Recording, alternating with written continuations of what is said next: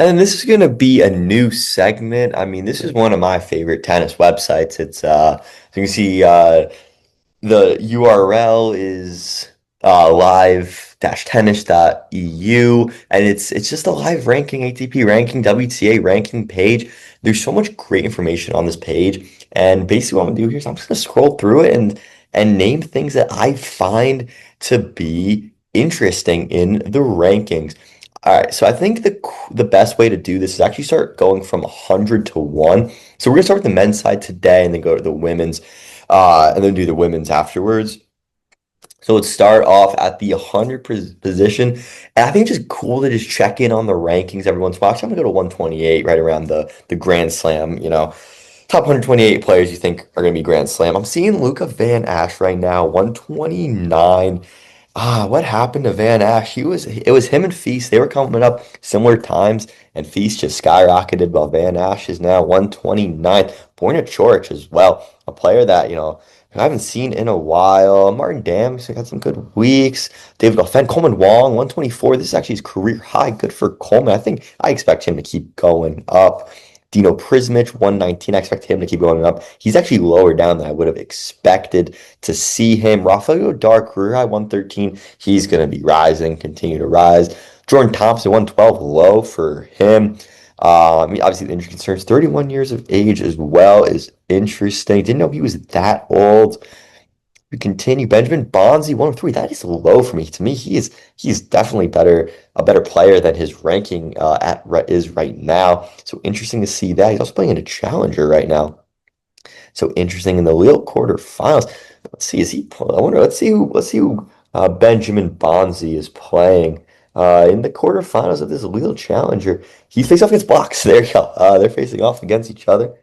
In Lille, not a bad field in Lille. Van Ash is in that tournament as well. Kwame is in that tournament, which we saw in ATP Montpellier. But yeah, Benjamin Bonzi, we got Alexander Midjetovic, 101. He's dropped down from what I remember for him.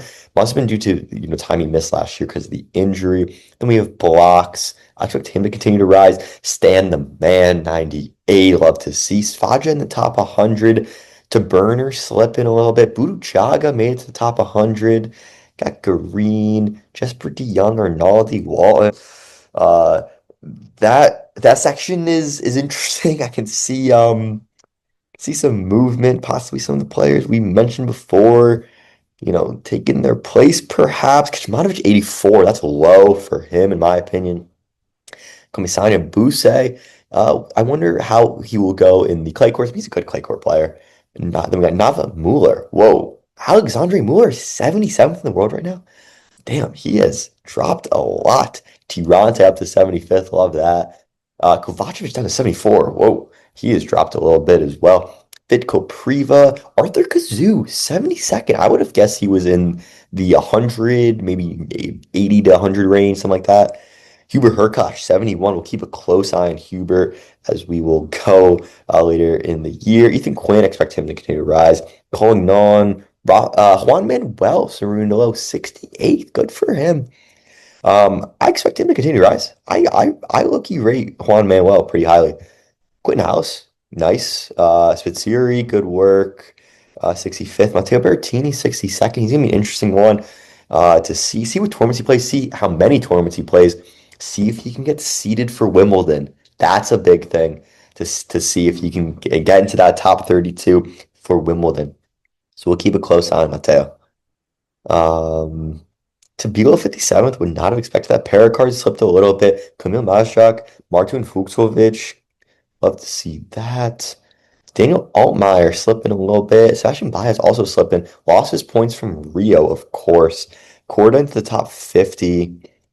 Manarino, Marujan, Brooksby, Borges, Alexi Popper in top 50. Good to see. I expect him to move back up towards around a seed at a major.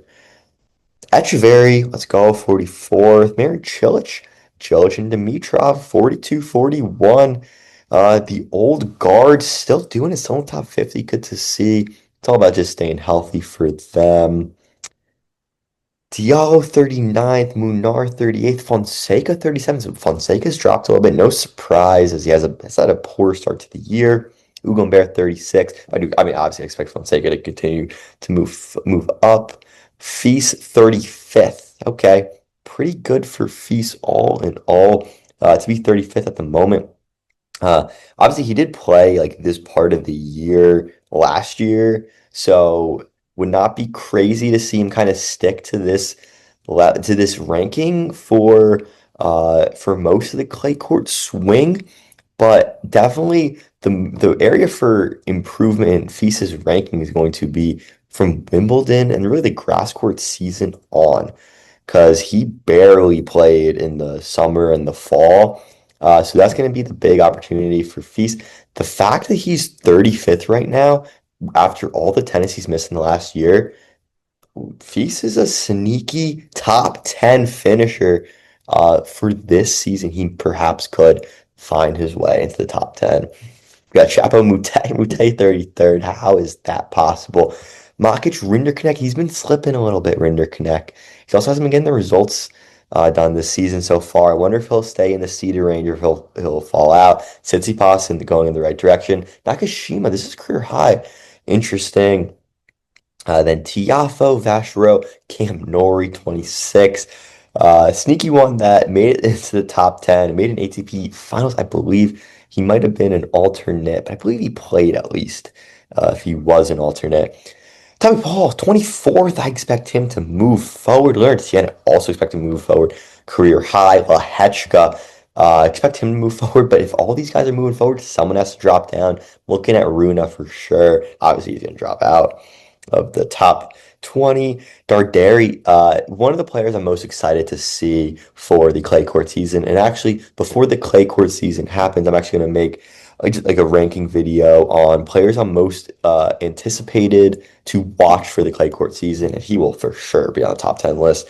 Cerundolo, he's just been a mainstay in the top 30 in the last couple of years. So consistent for Cerundolo. Good title last week, of course. Then Rublev 18th. Curious to see if he goes up or down. Kashanov 16th. Draper, another one, got a circle for Draper. Alejandro Davidovich Fekina. He's one of the guys, if we're putting Tien, Tommy Paul up, I kind of do expect Davidovich to fall down. Mensik, 13th, new career high, and he has the opportunity to go as far as 2.895, so that would leave him 12th. He could perhaps pass Casper Ruud. It also, of course, depends on what Casper Ruud does in his tournament as well. So big opportunity for Mensik. 13th ranked for Mensik, new career high. His Indian Wells is going to be very interesting because if he has a good tournament there, he could make his way into the top 10, even though he is a little bit far behind them. And Bublik doesn't have many points to defend either, so it might be tough to get into that top 10. But he could definitely get to 11, and 12th is a good goal. 12th is a good goal as well. Then Ruud 12th, Medvedev 11th, Bublik, Shelton, Felix right now is 8th. Fritz is moving up. Demonor 6th. Musetti stays at 5th. Oh, Musetti could have been 3rd in the world if he just didn't get injured in the Australian Open. Heartbreak for Musetti. Zverev is 4th. Super tight. Zverev, Musetti, Demonor, Fritz, Felix, Benchel. That's super tight. We'll see how that progresses. I think the Sunshine Double is going to be huge in that. Could see Shelton move his way all the way up to 4th if we're not careful. I mean, he was 5th only a couple weeks ago, I feel. Then we got Djokovic 3rd, of course, and then Alcaraz Sinner. And uh, so this is the part of the year where Sinner's going to have a big opportunity to make up some big points on Alcaraz because he didn't play this part of the year last year because of the suspension. We'll see if he'll be able to surpass Alcaraz after the Sunshine Double, after some of the clay court tournaments. Because I feel like most people expect Sinner to, but Alcaraz has got a lot of points.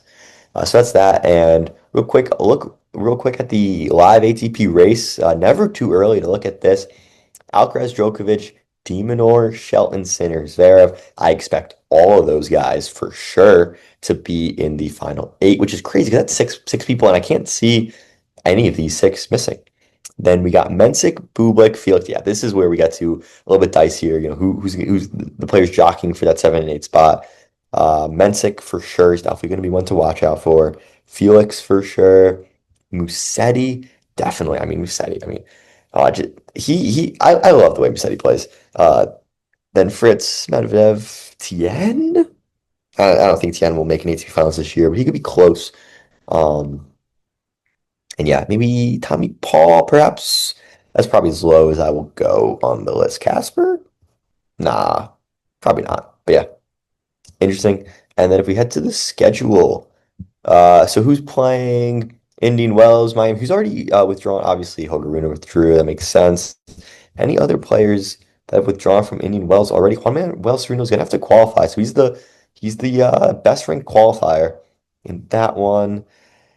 Vico Priva, Kovacevic, Tirante are also going to have to qualify. Who got lucky and is in Indian Wells? Pedro Martinez, how is he in Indian Wells? Not able to qualify. Matteo Bellucci, how is he in Indian Wells not having to qualify? Interesting, interesting, interesting. And then let's check out next week as well. It's very Musa is not playing Acapulco, so at least I don't think he is. I'll do a quick check on that. But I thought he withdrew from all the tournaments in this chance. Let's see. It says he withdrew from tournaments. Yes, he's out. Yeah, yeah. That's what I thought. We said he's out of Acapulco. That's exactly what I expected.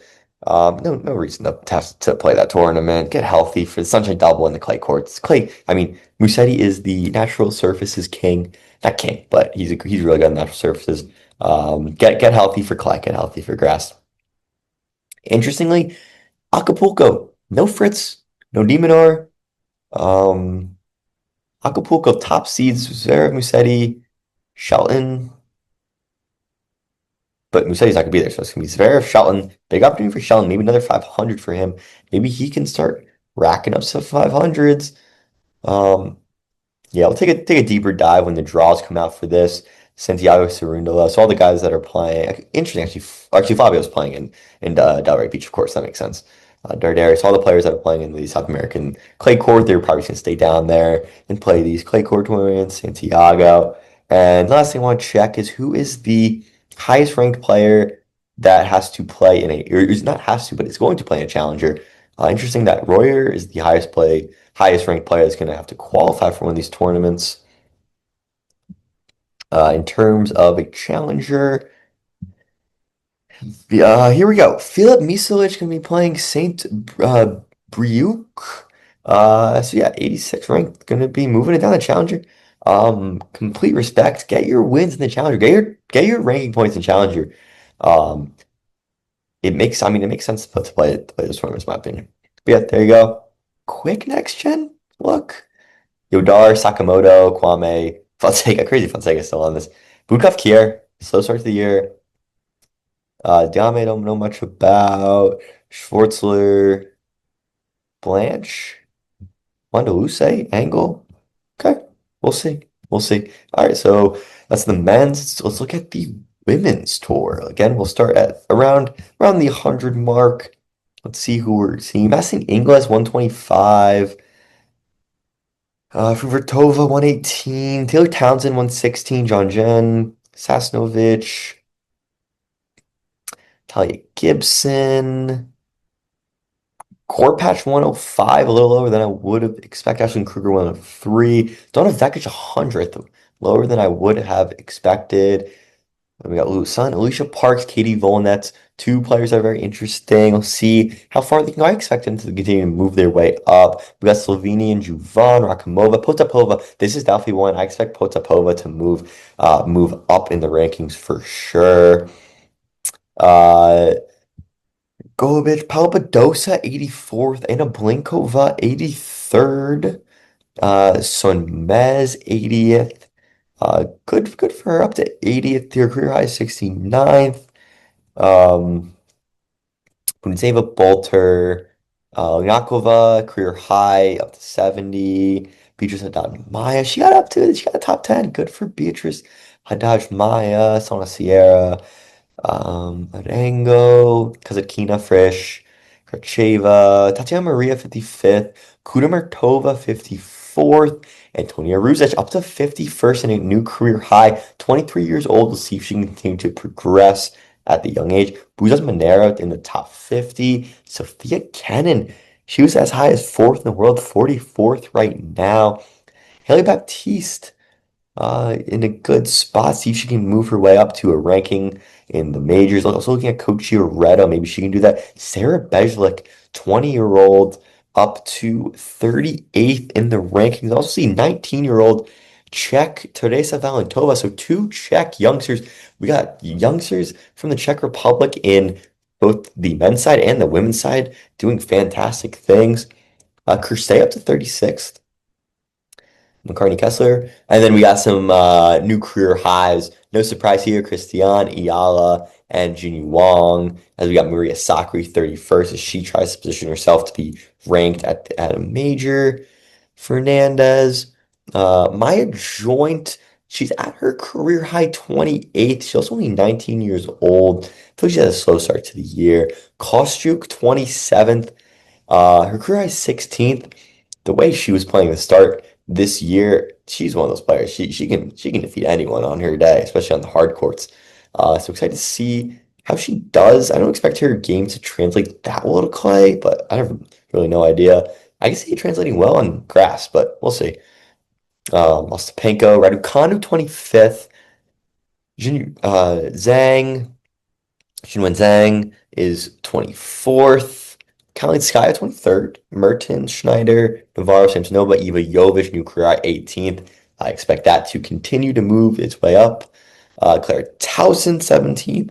Messi Keys has definitely dropped. She's definitely, I mean, she hasn't played that much tennis recently. Then Osaka 15th.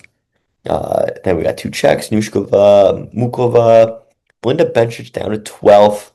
Alexandrova Mboko, career high 10th. She's in the top 10, and I expect her to continue to rise. And this is the part, Tommy, the top 10 is super strong, super strong. Svitolina, Andreeva, Paolini. Interesting to see Paolini's clay court season. Nisimova, Pegula, Golf, Rybakina, Swiatek, Sabalenka. Rybakina is at a career high, interesting enough, and she is closing in on Swiatek. Interesting to see if she can pass her. On Coco Golf's not too far behind either. All right, let's check out the live WTA. The race, we got Rybakina, Sabalenka, obviously. Svitolina and Boko Mukova. Mukova is an interesting one. I would right now, if I had to pick an eight, I probably wouldn't include Mukova in my eight to make the WTA finals. I would include Mboko, I would include Sabalenka, I'd include Rybakina. Svitolina, I mean, it would be silly not to. The level she's playing at so far this year. And then Pegula, Andreeva, Goff, Nisimova, Swiatek. Those are the ones. I feel like it's like 9 or 10 or 11 women that are fighting for those eight spots. It's gonna be super tightly contested for sure this year. Throw in Belinda Bencic as well. I would say one, two, even if it's a wild card, I would put her on the outside looking in though. But Bencic, Swiatek, Anisimova, Goff, Andreeva, Pegula, Mboko, Svitolina, Sabalenka, Rybakina. So that's 10. Throw in Mukova, she already has a 1,000 win, obviously, so that's some great ranking point. And Eva Jovic, two wild cards for sure. Can make it. I'd be surprised if anyone else makes it into the top 10 or even top 8 to qualify for WTA finals. But yeah, so that's WTA race for the finals live standings. And then I was looking at some schedule stuff. Next week, a little bit of a quieter week for the women's tour. We got Pagula playing in Austin though. Jovic playing in Austin as well. I feel like the fan favorite tournament Austin is. I feel like the players like it too. They always, talk about some good stuff about it. I'm interested to see. I mean, what exactly does this mean with multiple Austins? A little bit confused with that. Are there two tournaments in Austin? Am I just unfamiliar with that? Let's take a quick look. Yeah, so I mean, next week is obviously the ATX Open. Um, then Indian Wells. I guess that would be a challenger tournament. That Austin, because during Indian Wells is a 2 week event, so I guess that would be that. Interestingly, Sarah Bashik is not playing Indian Wells, or at least supposedly she's gonna be playing in Antalya in a challenger. So interesting to see that. I guess she wasn't ranked high enough when the cutoff was made. No one appears to be not playing in Indy Wells like in the top 50. So yeah, next big tournament for the women is Indian Wells. This next week's going to be a little bit quieter, as we only have two 250 tournaments. Actually, one 500 and one 250. Merida being a 500 tournament, but not the strongest 500 tournament. Uh, but yeah. So I just look at the WTA rankings and some scheduled live race, and I think it's just cool to just check in. It's an awesome website, so it's a great website to just see the rankings. Because in tennis, the rankings are so important. They they determine if you qualify into tournaments. They determine if you're seeded in tournaments. They determine your matchups on occasion, and it's also just like the marker of how good you are as a player is where are you ranked. It's the first thing anyone asks. So it's important to just check in every once in a while, so as not to be surprised when a big player is ranked 17th, like how they get there. It's really the standings of the tennis tour. So yeah, that's it for the rankings recap. As we look towards some fantastic finales in some 500 tournaments on the men's side, and then the 1000 at WTA Dubai.